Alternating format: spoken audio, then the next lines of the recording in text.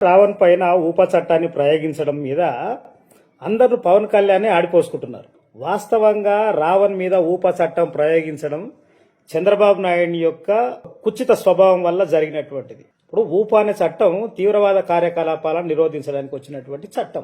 అట్లాంటి చట్టాన్ని ప్రశ్న రావణ్ అనేటువంటి ఒక సివిలియన్ పైన ప్రజల తరపున ప్రశ్నిస్తున్నటువంటి వ్యక్తి పైన ఊప చట్టాన్ని ప్రయోగించాల్సినంత తెలివి చంద్రబాబు నాయుడికి చాలా దూరదృష్టి కదా రాజకీయాలల్లో.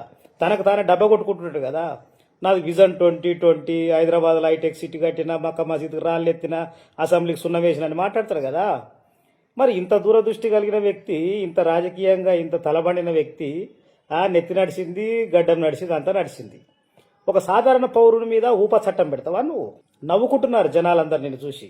చంద్రబాబు నాయుడు సీఎంగా ఉండి పవన్ కళ్యాణ్ చెప్తున్నటువంటి మాటలు కానీ నువ్వెందుకు తలాడిస్తున్నావు అని ప్రజలు అనుకుంటున్నారు. చంద్రబాబు నాయుడు గారు అనుకుంటున్నారు తన కొడుకును లోకేష్ని ముఖ్యమంత్రి చేయడానికి కేంద్రంలో ఉన్నటువంటి బీజేపీ సహకారం, రాష్ట్రంలో ఉన్నటువంటి పవన్ కళ్యాణ్ సహకారం అవసరం. అందుకనే వాళ్ళు ఏది చెప్తే దానికి తలాడుస్తున్నాడు చంద్రబాబు నాయుడు. చంద్రబాబు నాయుడు గారు మీరు ఒకటి దృష్టిలో పెట్టుకోండి. నువ్వు బీజేపీ చెప్పినట్టు పవన్ కళ్యాణ్ చెప్పినట్టు ఆట ఆడితే బీహార్లో నితీష్ కుమార్ పరిస్థితి ఏమైంది? ఆ ముఖ్యమంత్రి పదవి అయింది, కొడుకుకి ఏమైనా హెల్త్ మినిస్టర్ ఏదో ఇచ్చిండు, ఆయన అనారోగ్యపరంగా ఉన్నాడు. కనుక నువ్వు కాస్త ఆలోచించి జాగ్రత్తగా ఉండడం మంచిది. ప్రజలందరూ గమనిస్తున్నారు. చట్టం అందరికి సమానమే, చట్టం తన పని తాను చేసుకపోతుందని గంభీరమైనటువంటి మాటలు మాట్లాడతారు కదా మన వాళ్ళు. ఎవడా చెప్పింది చట్టం అందరికి సమానమని? చట్టం అందరికి సమానమే, కానీ అది పేపర్ల మీదనే.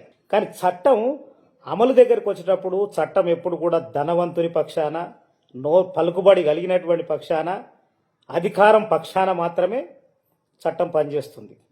అందుకని ఈ చట్టం అనేటువంటిదే పని చేయకుండా పోయి ప్రజలను లెక్కకు తీసుకున్నటువంటి వ్యవస్థ ఈరోజు వచ్చింది. కనుక అపోజిషన్ పార్టీలే కాకుండా ప్రజలు కూడా ప్రశ్నించేటువంటిది ఒక పౌర సమాజం యొక్క చైతన్యం అనేటువంటిది ఈరోజు ముందుకు వస్తుంది. రావణ్ ప్రశ్న కూడా అందులో భాగమే. రావణ్ మాట్లాడిన మాటలు తప్పైతే పవన్ కళ్యాణ్ మాట్లాడిన మాటలు భగవద్గీత శ్లోకాలా ఆయన మాట్లాడిన మాటలు? మరి ఆయన మీద ఊపా కేసు బుక్ చేయండి.